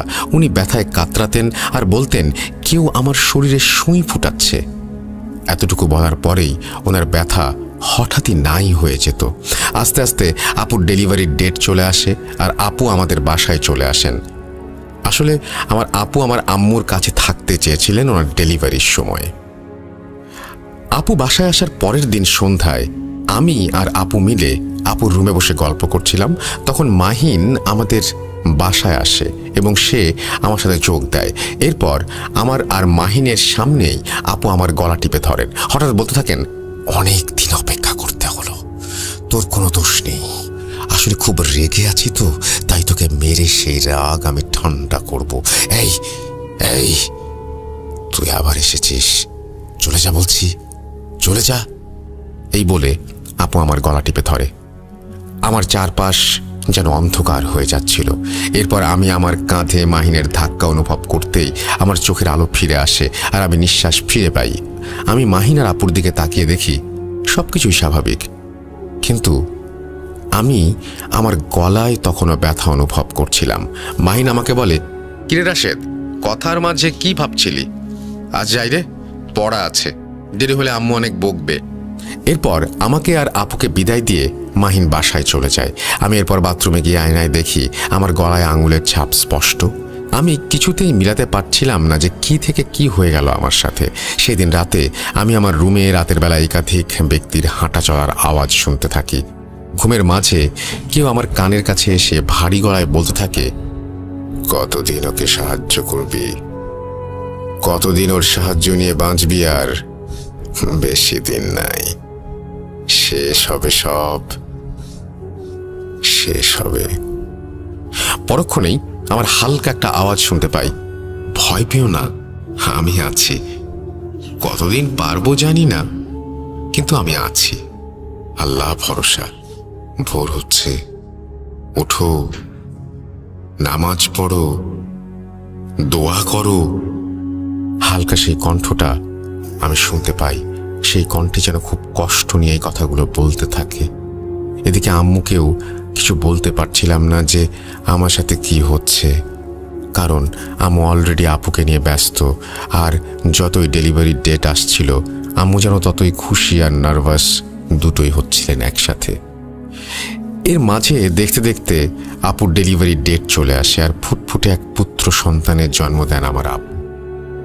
আমরা সবাই খুবই খুশি, আর দুই পরিবারের মাঝে আনন্দের কোনো সীমা ছিল না। আমার ভাগ্নেকে নিয়ে আপু যখন বাসায় ফিরলেন, তখন আমি খেয়াল করতে পারলাম যে আমার ভাগ্নে আমার আপুর কাছে গেলেই কান্নাকাটি করে, আর অন্য সবার কোলে চুপ থাকতো। আপুর কোলে বসে সে খেতেও চাইতো না, কাঁদতে থাকতো। এই সমস্যাটা সন্ধ্যার পর বেশি দেখা যেত, যদিও বিষয়টা স্বাভাবিক মনে হতো না আমাদের, তবুও বেশি একটা আমলে নেই না বিষয়টা। এরপর আপু তার শ্বশুর বাড়ি ফিরে যান আর আমার ভাগ্নেকে নিয়ে যান। ফিরে যাওয়ার পরে আপু যেন নিজেকে পুরোপুরি বদলে ফেলেন আর নতুন করে অন্য রকম এক মানুষ হয়ে যান।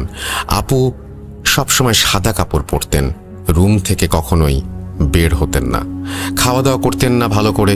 এদিকে আমার ভাগ্নে খুবই ছোট, তাই আপুর খাওয়া দাওয়া না করার ফলে আমার ভাগ্নেরও খাওয়া দাওয়া হচ্ছিল না ভালো করে। আপু তার ছেলেকে একেবারেই কোলে নিতেন না, সন্ধ্যা হলেই ঘুমিয়ে যেতেন, রাত 12টার পর জেগে থাকতেন আর নিজের মনে কথা বলতেন। সকালে যদি ওনাকে জিজ্ঞেস করা হতো যে উনি কি বলছিলেন বিড়বিড় করে, তখন উনি বলতেন যে ওনার কিছু মনে নেই। একদিন আমার দুলাভাই রাতের বেলা ঘুমাচ্ছিলেন, আপু যথারীতি সজাগ। দুলাভাই আপুকে ঘুমাতে বলতেই আপু ওনার গলা টিপে ধরেন আর বলেন, তোর আজও এত সাহস, আমাকে হুকুম করছিস? তোর আর তোর পরিবারের সাথে আমার কোনো লেনাদেনা নেই, আমাকে আমার মতোই থাকতে দে, নাইলে তোর বংশে লাশের স্তূপ বানিয়ে দেব। এই কথা বলা শেষ করে আপু আমার দুলাভাইয়ের গলা ছেড়ে দিয়ে বলেন, আমাকে মাফ করবেন, আমি আর পারছি না, আমাকে সাহায্য করুন। এই বলে নাকি আপু অজ্ঞান হয়ে যায়। দুলাভাই সেদিন রাতে আপুর শ্বশুর বাড়িতে কথাগুলো জানান আর আপুকে বর্তমান সমস্যা দেখে ওনারা আবার হুজুরের কাছে যাবার সিদ্ধান্ত নেন। হুজুরের কাছে গেলে হুজুর বলেন যে আমার আপুকে ওনার বাসায় নিয়ে গিয়ে দেখবেন। পরের দিন মাগরিবের নামাজ পড়ে হুজুর আপুদের বাসায় যান, কিন্তু উনি বাড়ির দরজার ভেতর যেতে চাইলেন না। কেন যেতে চাইলেন না জিজ্ঞেস করার পর উনি উত্তর দিলেন, কালো এক ছায়া আপনাদের বাড়িকে ঘিরে রেখেছে, আমি ভেতরে যাব না, আপনাদের বৌমাকে আমার বাসায় নিয়ে আসবেন, আগামীকাল সেখানেই ওকে দেখব। হুজুরের এই কথাগুলো শুনে আপুর শ্বশুর বাড়ির লোকজন ভীষণভাবে চিন্তিত হয়ে যান। পরের দিন সকালবেলা হুজুর আপুর শ্বশুরকে ফোন দিয়ে বলেন, আমাকে ক্ষমা করবেন, আপনার ছেলের বইয়ের চিকিৎসা আমি করতে পারবো না, আমি কোনো কবিরাজ নই, আপনারা ভালো কাউকে দেখান, আমি মাফ চাই। এই বলে হুজুর ফোন কেটে দেন। বারবার ফোন দেওয়া হলেও উনি আর কোনো ফোন রিসিভ করেননি। আপুর শ্বশুর বাড়ির মসজিদে নামাজের পর হুজুরের সাথে দেখা করতে চাইলেও হুজুর প্রতিবার এড়িয়ে চলতেন আপুর শ্বশুরকে। এদিকে আপুর সমস্যা বাড়তেই থাকে। রাতের বেলা দুলাভাই ঘুমালে আপু দুলাভাইকে অনেক কথা বলতেন, হুমকি দিতেন, আর তখন আপুর মুখ থেকে ধোয়ার মতো বাজে দুর্গন্ধযুক্ত বাতাস বের হতো। এতই বাজে গন্ধ ছিল যে দুলাভাই রুমে থাকতে পারতেন না। আস্তে আস্তে আপুর শরীরে নানান জায়গায় দাগ দেখা দিতে লাগলো। হঠাৎ করে আপু খাওয়া দাওয়া বেড়ে গিয়েছিল। এরপর আপু নাকি 4-5 জনের ভাত তরকারি একাই খেয়ে নিতেন আর বাসায় সবার সাথে দুর্ব্যবহার করতেন। দিন, মাস, বছর পার হচ্ছিল এভাবেই। সমস্যাগুলো যেন বাড়ছিল আস্তে আস্তে, কিন্তু অনেক কবিরাজ ডাক্তার দেখিয়েও কোনো সমাধান পাওয়া যাচ্ছিল না। এদিকে আমার ভাগ্নের বয়স 1 বছরের ওপর হয়ে গিয়েছিল তখন। একদিন রাতের বেলা যখন আপুর বাসায় রান্না হচ্ছিল, তখন নাকি আপু রান্নাঘরে গিয়ে ওনার শাশুড়ি আর ভাবিকে বলছিলেন, রান্না হয়নি? আরে রান্না করে কি হবে, দেখ কিভাবে খেতে হয়। এই বলে আপু নাকি কাঁচা মুরগির মাংস খেতে যাচ্ছিলেন। মুরগির একটা মাংস মুখে দেবার সময় আপুর শাশুড়ি আর ভাবি দেখলেন আপুকে যেন অদৃশ্য কিছু ধাক্কা দিয়ে ফেলে দিল, মানে মাংসটা খেতে দিল না। এরপর আপু মেঝেতে পড়ে গিয়ে বলতে লাগলেন, আপনাদের দোহাই লাগে, বাবার বাড়িতে পাঠিয়ে দিন আমাকে, ওখানেই সব সমাধান হবে, আমাকে সাহায্য করুন। এই বলেই আপু জ্ঞান হারান। এরপর আপুকে বাড়ি নিয়ে যাওয়া হয়। বাড়ি আসার পর আপু ওনার ছেলের জন্য পাগল হয়ে গিয়েছিলেন। ছেলেকে ছাড়া এক মুহূর্ত থাকবেন না বলে জানান, এবং এও জানান যে শ্বশুর বাড়িও আর যাবেন না। অগত্যা আমার ভাগ্নেকেও নিয়ে আসা হয় বাড়িতে। বাসায় আসার পর আপু আর আমার ভাগ্নের সাথে আমার আম্মু ঘুমাতেন। আম্মু ঘুমাতেন বললে ভুল হবে, আম্মু আসলে রাতের বেলা জেগে জেগে ওনাদের দুজনকে পাহারা দিতেন। এদিকে রাত জাগতে জাগতে আম্মুর শরীরও খারাপ হয়ে যাচ্ছিল আস্তে আস্তে। আপু যেন আস্তে আস্তে একেবারেই বদলে গেলেন। কেউ ওনার কাছে গেলেই তেড়ে আসেন, থুতু ছিটাতেন, আর একেবারেই নামাজ পড়তেন না। ওনারা সামনে কাউকে নামাজ পড়তে দিতেন না। এদিকে হুজুর, কবিরাজ দেখানো চলছিল, তখনও কিন্তু কেউ কোনো সমাধান দিতে পারছিল না। 2 থেকে 1 দিন ভালো, তো পরে আবার সেই সেম অবস্থা। অনেক ভণ্ড মানুষের পাল্লাতে পড়েছি তখন আমরা, বিপদে পড়লে যা হয় আর কি। এর মাঝে আমাদের বাড়ির একদিকের দেয়াল নষ্ট হয়ে যাওয়ায় আমরা রাজমিস্ত্রি এনে সেটা ঠিক করি এবং রুম বড় করার জন্য দেয়ালের দৈর্ঘ্য বাড়িয়ে কাজ করতে শুরু করি। এই কাজ করতে কিছুদিন সময় লাগে। বাসা মেরামতের পরে যেন আপুর সমস্যাগুলো রোজকার হতে থাকলো। উদ্ভট সব কথা বলতেন, যা বোঝা আমাদের কষ্টসাধ্য ছিল। একদিন আম্মু আর আপু আমার ভাগ্নেকে রাতের বেলা পাহারা দিচ্ছিলেন। এমন সময় আম্মুর চোখ লেগে আসে আর আম্মু শুনতে পান একটা হালকা আওয়াজ আম্মুকে বলছে, মা ওঠেন, তাড়াতাড়ি ওঠেন, আপনার নাতিকে বাঁচান, আমি আর পারছি না কিছু করতে, ওঠেন ওঠেন। এরপর আমার আম্মু ঘুম থেকে জেগে উঠে দেখেন আমার আপু আর আমার ভাগ্নে বিছানায় নেই। আম্মু চিৎকার করে আমাদের জাগান আর আপু তার বাচ্চাকে খুঁজে পাওয়া যায় বাথরুমে। আপু বালতিতে পানি ভরে আমার ভাগ্নেকে প্রায় ডুবিয়ে ফেলেছিলেন। আর এই দৃশ্য দেখে জলদি আপুকে ধরে তার হাত থেকে বাচ্চাটাকে নিয়ে চলে আসি আর আপুকে ধরে তার রুমে নিয়ে যেয়ে লক করে দেই। এদিকে আমাদের চিৎকারে মাহিনদের বাসা থেকেও হেল্প করার জন্য সবাই ছুটে আসে। এরপর আমি আর মাহিন হুজুর আর কবিরাজ খুঁজতে লাগলাম। খুঁজতে খুঁজতে ক্লান্ত আর পারছি না। আমাদের কি হবে আপনিই বলুন। আমার কথা শেষ হলে আমি দেখলাম আমাদের বহনকৃত ভ্যান গাড়িটি আমার বাসার সামনে দাঁড়িয়ে আছে। আমি আর মাহিন আশ্চর্য হয়ে গেলাম। এতক্ষণ সময় ধরে কথা বলছি আর ভ্যান গাড়ি একেবারেও মনে হলো না যে কোন মোড়ে বাঁক নিয়েছে। সোজা পথেই মনে হচ্ছিল ভ্যান চলছিল। সোজা পথে তাহলে কিভাবে বাসায় এলাম? আমাদের দেখে হুজুর মুচকি হাসলেন আর বললেন, আমি বলবো না তুই বা তোরা আমাকে বিশ্বাস কর, কিন্তু আমার যা কাজ আমি তা করেই যাব। চল তোদের বাসায় যাই। এই বলে আমাদের বাসায় আসতে চাইলেন। এদিকে অনেক দেরি হয়ে গেছে বিধায় মাহিন তার বাসায় চলে যেতে চাইছিল, কিন্তু হুজুর বললেন, না তুই যেতে পারবি না, তুই সবকিছু সাক্ষী, তোকে তো থাকতেই হবে। এরপর আমার অনুরোধে মাহিন বাসায় আসতে রাজি হলো। অবশেষে হুজুরকে নিয়ে আমরা বাসায় ফিরলাম। হুজুর আব্বুর সাথে দেখা করলেন আর আমার বোনের দরজার সামনে কিছু একটা পড়লেন, আর ওনার সাথে থাকা ব্যাগ থেকে একটি সাদা চক বের করে আপুর রুমের দরজার সামনে দাগ দিয়ে দিলেন।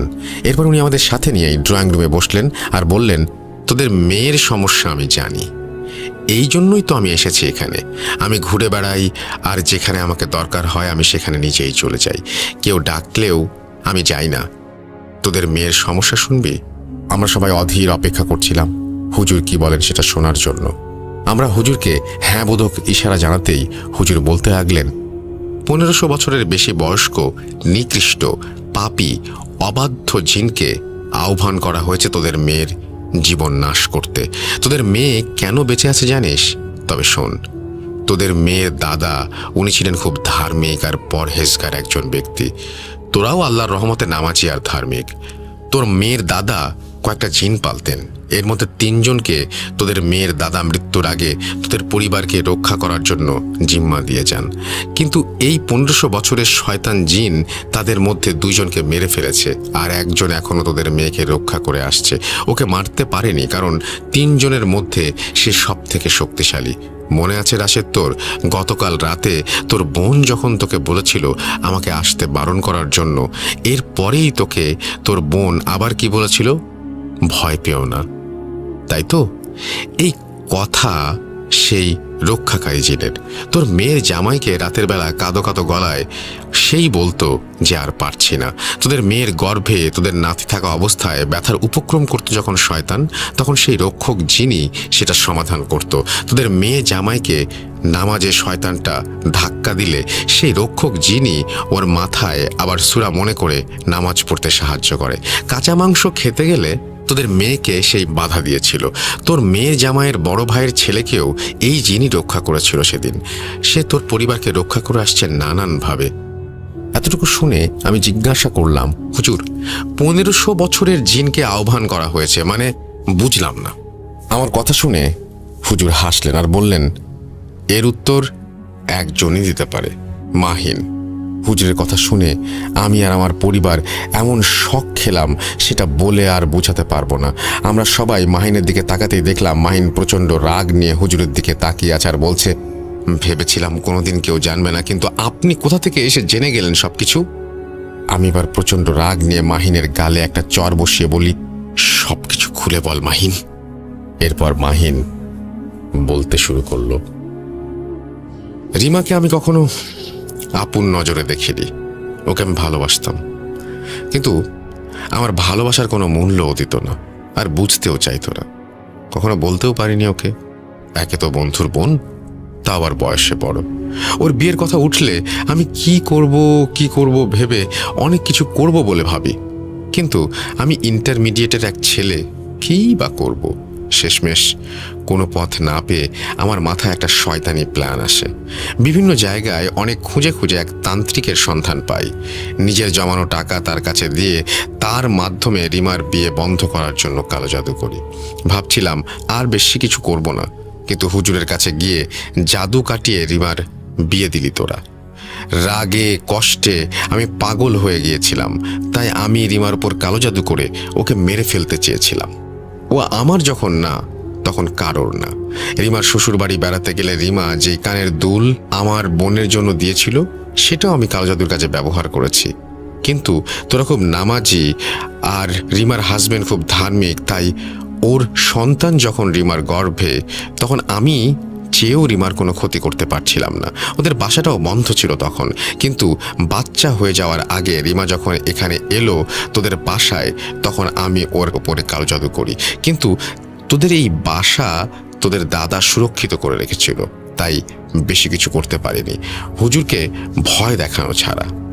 এরপর তোর বাসা মেরামতের কাজ করতে গিয়ে মাটি খুঁড়ে বাসার সুরক্ষা নষ্ট করে ফেললে আমি ফাইনালি রিমা আর তার ছেলেকে মেরে ফেলার জন্য ফ্রি হয়ে যাই। কিন্তু পারছিলাম না সেই ভালো জিনের জন্য, তাই আজ তোকে এই তান্ত্রিকের কাছে নিয়ে গিয়েছিলাম। রিমাকে শেষবারের মতো কালো জাদু করতে কিছু জিনিস লাগতো, সেই কাজে তাই তোকে নিয়ে গিয়েছিলাম। তোর হাত দিয়ে তোর বোনকে মেরে ফেলার প্ল্যান করছিলাম আমি, তোকে নিয়ে গিয়েছিলাম, কিন্তু কোত্থেকেই হুজুর এসে সব শেষ করে দিল। মাহিনের মুখে সব কথা শুনে আমি হিতাহিত জ্ঞানশূন্য হয়ে মাহিনকে বেধড়ক মারতে গেলে হুজুর আম্মু আব্বুর কথায় থেমে যাই। আমি মাহিনকে বলি, কিভাবে পারলি তুই মাহিন? তোকে তোকে বন্ধু কম ভাই বেশি ভাবতাম, আপুও তোকে কত আদর করত ছোট ভাই হিসেবে। কিভাবে পারলি তুই মাহিন? এটা কি তুই করলি?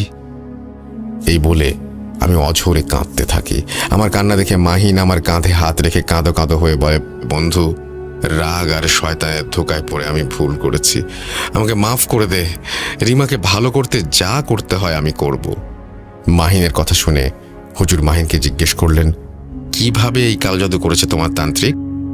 মাহিন বলল, শ্মশান থেকে পুরনো একটি লাশের হাড় ব্যবহার করে এই অবাধ্য জিনকে সেটার মধ্যে বাঁধা হয় এবং সেই হাড়ে রিমা আপুর ব্যবহার করা কাপড়ের টুকরো আটকে সেই জিনকে খোরাক হিসেবে আপুর রূহ দেয়া হবে বলে ওয়াদা করে কালো জাদু করা হয়েছে। আর এই জাদু যেন আর না কাটানো যায় সেজন্য হাড়টাকে একটি মাটির কলসিতে ভরে কলসিটি পানিপূর্ণ করে নদীতে ফেলে দেয়া হয়েছে। মাহিনের কথাগুলো শুনে হুজুর বললেন, মানে না মেরে যাবে না? আচ্ছা, এখনো সময় হয়নি, আমি 4 দিন পর এসে এর সমাধান করার চেষ্টা করব, বাকিটা আল্লাহর ইচ্ছা। এই 4 দিন বাসায় মাদ্রাসার ছাত্র আনাবি তোরা। 1 মিনিটের জন্য যেন কোরআন পড়া বন্ধ না হয়। তোরা নিজেরাও পড়বি, নামাজ পড়বি, জিকির করবি, দোয়া করবি।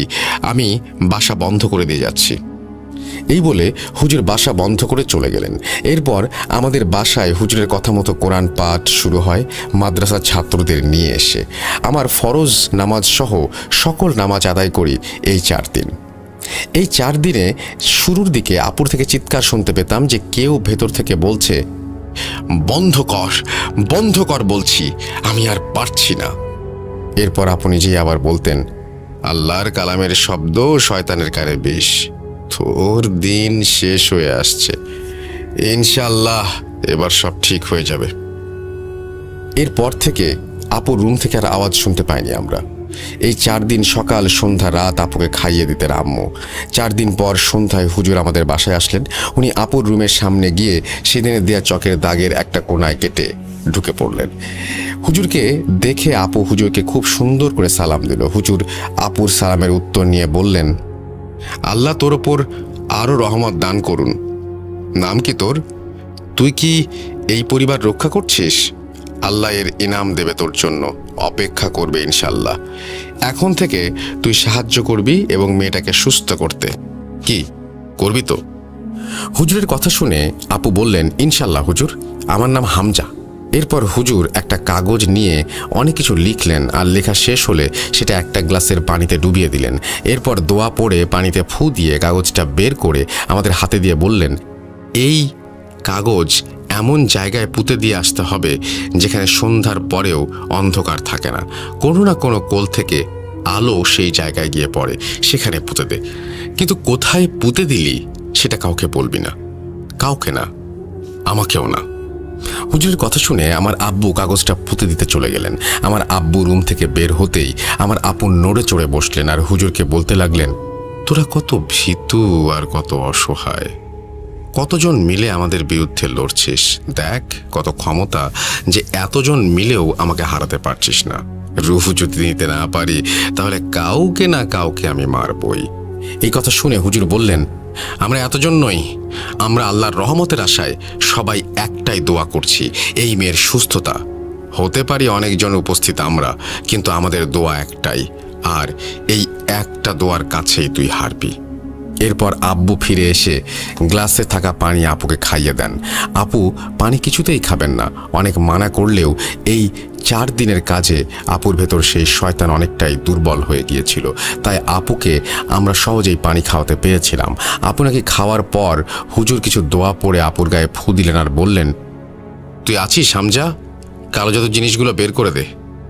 এরপর আপু অঝরে বমি করতে লাগলেন। বমির সাথে চুল আর কাপড় বের হচ্ছিল। বমি করে আপু অজ্ঞান হয়ে যান। হুজুর আপুর হাতে একটা তাবিজ বেঁধে দিলেন।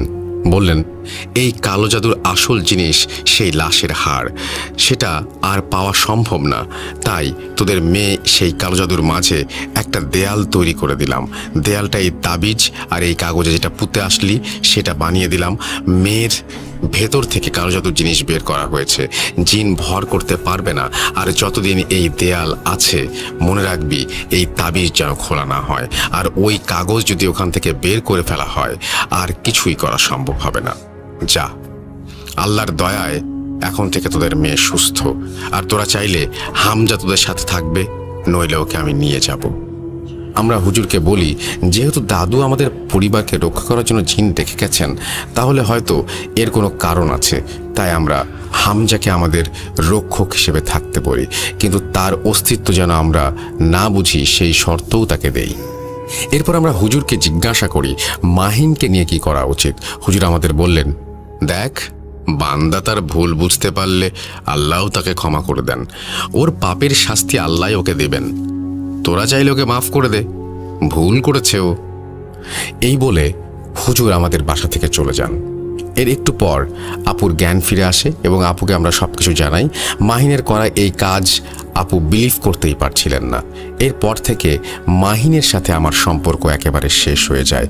আমি আর আব্বু মিলে সেই তান্ত্রিকের সাথে দেখা করতে গিয়েছিলাম, যার কাছে মাহিন আমাকে নিয়ে গিয়েছিল, কিন্তু তাকে আর সেখানে পাইনি। এরপর মাহিনের মা বাবাকে সব ঘটনা জানালে ওনারা রাগে আর লজ্জায় এলাকা ছেড়ে কোথাও চলে যান এবং আর কখনো ফিরে আসেননি। এরপর আল্লাহর রহমতে আপু শ্বশুর বাড়ি চলে যান এবং আমার ভাগ্নেটাও এখন ভালো আছে। সব মিলিয়ে আমরা এখন ভালো আছি আলহামদুলিল্লাহ। জানো সাবিত, এই ঘটনা যাকেই বলি কেউ বিলিভ করে না, বলে এমন কিভাবে সম্ভব। আসলে যে সয় সেই জানে কতটা যন্ত্রণা। এতক্ষণ এখানে বসে আসলে বানিয়ে বানিয়ে এত কিছু বলা সম্ভব কিনা সেটা মানুষ বুঝতে চায় না। যাই হোক, তোমার যদি মনে হয় ভূত.com শেয়ার করবা তাহলে করতে পারো, কিন্তু পরিবারের ইনফরমেশন দিবা না, যেহেতু এখানে আমার ও আমার বোনের ফ্যামিলি জড়িত। এরপর আমি রাশেদ ভাইকে জিজ্ঞেস করি সেই হুজুরের কথা, সে কোথায় আছে তাও জিজ্ঞেস করি। উনি আমাকে বললেন যে এরপর হুজুরকে আর কখনো দেখা যায়নি, বা যেখানে হুজুরের সাথে দেখা করেছিলেন ওনারা সেখানেও হুজুরকে আর পাওয়া যায়নি। হয়তো অন্য কোনো সমস্যার সমাধান করতে অন্য কোথাও চলে গেছেন উনি। এই বলেই রাশেদ ভাই ওনার ঘটনা শেষ করেন। ঘটনা শুনে আমি আর রাশেদ ভাই সিগারেট খেতে খেতে বাস স্ট্যান্ডে চলে যাই। রাশেদ ভাইকে বাসে উঠিয়ে দিই, আমি আমার বাসায় রওনা হই। রিকশায় বসে সিগারেট খেতে খেতে ভাবছিলাম, মানুষের জীবনে কি কোনো ধরনের ঘটনা নেই? কারো কারোর সাথে মিল থাকে, আবার কারো ঘটনা একেবারেই আলাদা। ঘটনাটি শুনে আমার খুব ভালো লাগায় আমি ভূত.com শেয়ার করলাম। পড়ে শোনালে খুশি হব। আর ধন্যবাদ লিসনার্স, আপনাদের এতক্ষণ সময় নিয়ে শোনার জন্য আর এত ভালোবাসার জন্য। আর স্পেশালি থ্যাংক ইউ জানিয়েছেন আমাদের টিমকে, পুরো টিমকেই। সবাই ভালো থাকবেন, সুস্থ থাকবেন আর নিরাপদ থাকবেন। ধন্যবাদ সবাইকে। কথা হবে। আল্লাহ হাফেজ।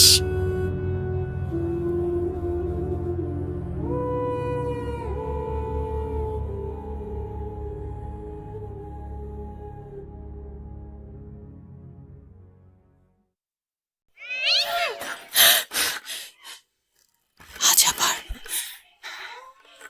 শুনতে পাচ্ছেন শব্দটা? ভয়ের আরেক নাম ভূত.com with Russell.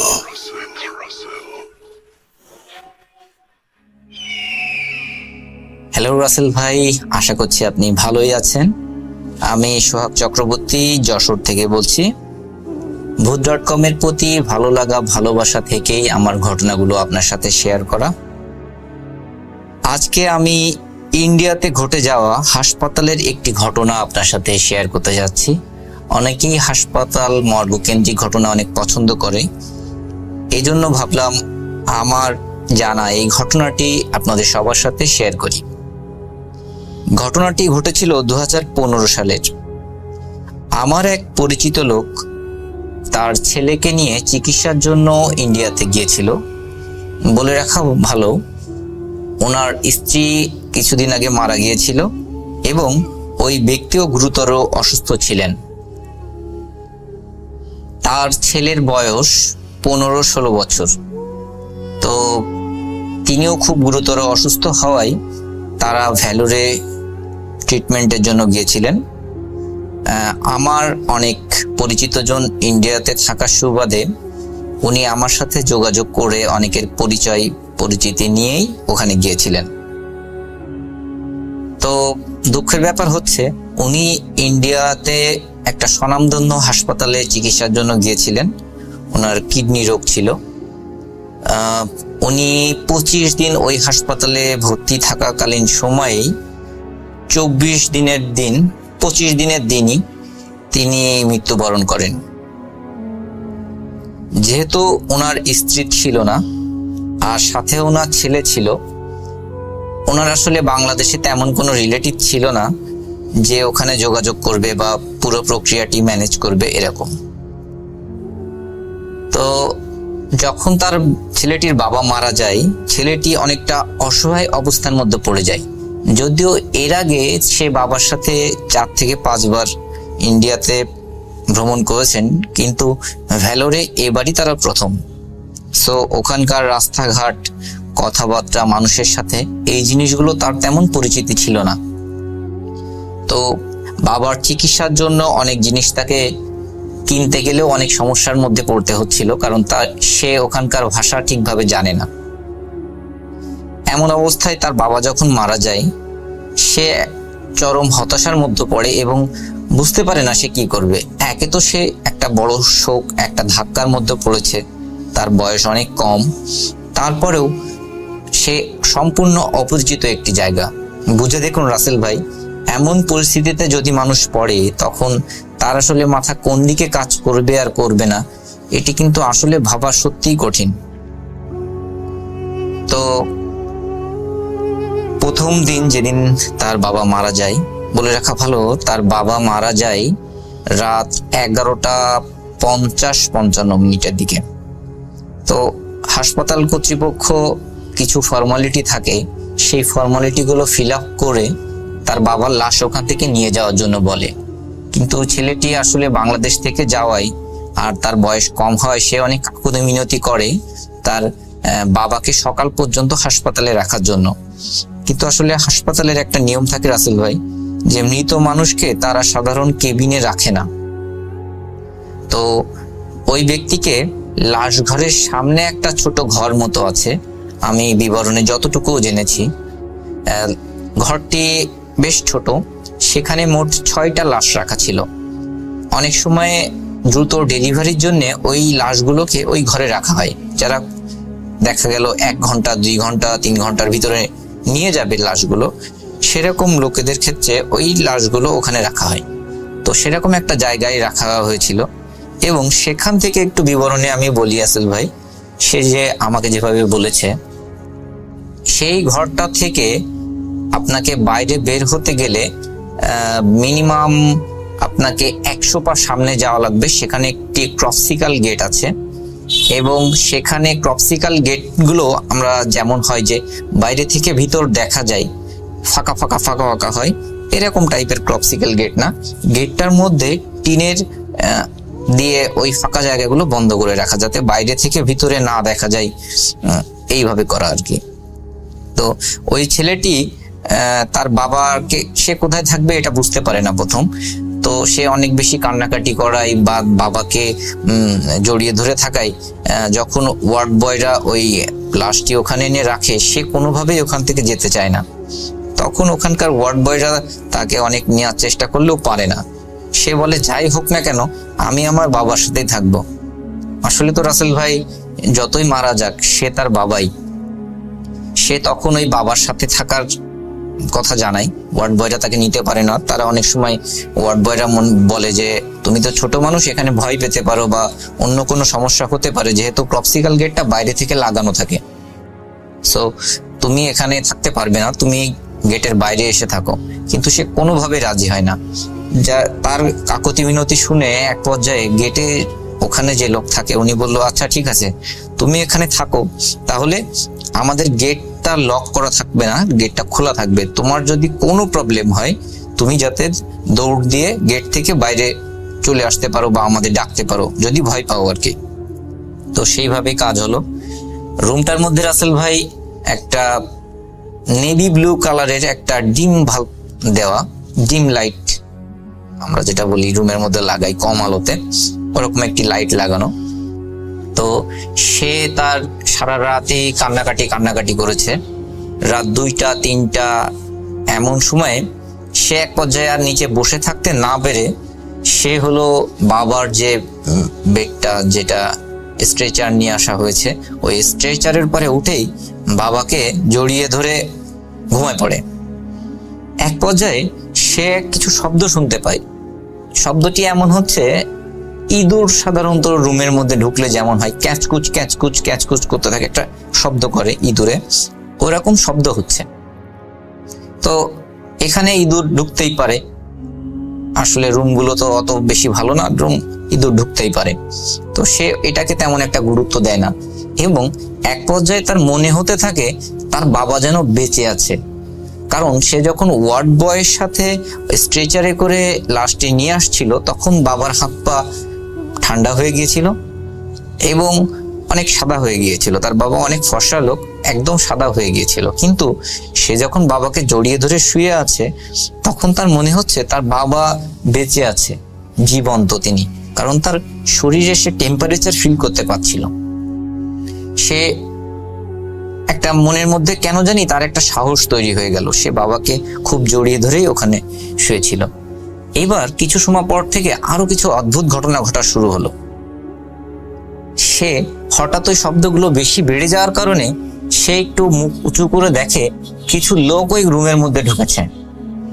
লোকগুলো একেবারে স্পষ্ট না, তারা কিছু কালো কাপড় পরা, কালো জ্যাকেট টাইপের পরা এরকম কিছু লোক, এবং লোকগুলো হেঁটে হেঁটে কিছু লাশের পাশে যাচ্ছে, লাশের কিছু অংশ উঁচু করছে এবং তারা কিছু কাঁটা জিনিস এনেছে সাথে করে, সেইগুলো দিয়ে লাশের কিছু অংশ কোপ দিয়ে দিয়ে কাটছে, কেটে কেটে তারা একটা প্যাকেট মতো আনছে, ওই প্যাকেটের মধ্যে ভরছে।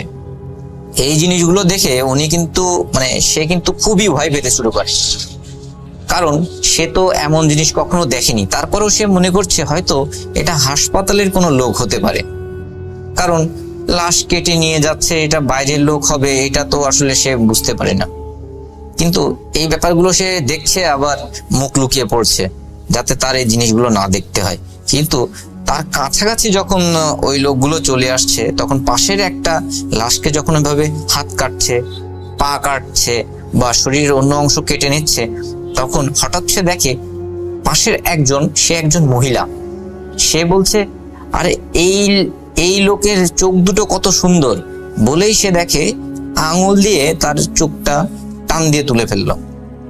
এবং চোখটা যখন আঙুল দিয়ে টান দিয়ে তুলে ফেললো রাসেল ভাই, সে তো বয়স অনেক কম, সে দেখছে যে চোখের নিচে অনেকটা লম্বা ফিতার মতো অনেক কিছু একটা মাথার মধ্যে থেকে বের হয়ে আসলো, এবং ওই মহিলা কিছু না বলে বলছে এটা অনেক সুস্বাদু হবে বলে মুখে ঢোকা দিল। এখন সে এই ব্যাপার দেখে এতটাই ভয় পেয়েছে যে আসলে কি বলবে কি বলবে না। আরো রাসেল ভাই আরো অবাক করার ব্যাপার হচ্ছে, সে ওখানে কারোর সাথে ঠিকভাবে কমিউনিকেট করতে পারছে না কথা বা ভাষার কারণে, কিন্তু ওখানে যে লোকগুলো আছে সবাই তারা বাংলা ভাষাতে কথা বলছে। সে এটা দিকে খুবই ভয় পেয়েছে, কারণ এখানে তো হাসপাতালের লোক যদি হয় তাহলে তারা তো ওই ভাষায় কথা বলবে, তামিল ভাষা, হিন্দি ভাষা কিংবা ইংরেজি ভাষাতে, কিন্তু তারা কথা বলছে বাংলা ভাষাতে। এবং চোখ উঠায় সে গালের মধ্যে ঢুকায় সেটা খেয়ে খাচ্ছে, খুব বলছে হ্যাঁ খুব ভালো খেতে, এটা ভালো, ওইটা ভালো, এইভাবে নিচ্ছে। অনেকটা খাচ্ছে তারা, অনেকটা তারা প্যাকেটে ঢুকাচ্ছে। এখন এই পর্যায়ে একটা টুইস্ট আছে রাসেল ভাই। ওই যে আমি প্রথমে বলছিলাম, ছেলেটা প্রথম যখন বাবার বুকের পরে উঠে চিন্তা করলো যে বাবা জীবন্ত, একটা সাহস ফিল হলো, এই ব্যাপারটা আরো পরে ইন্টারেস্টিং হয়ে যায়।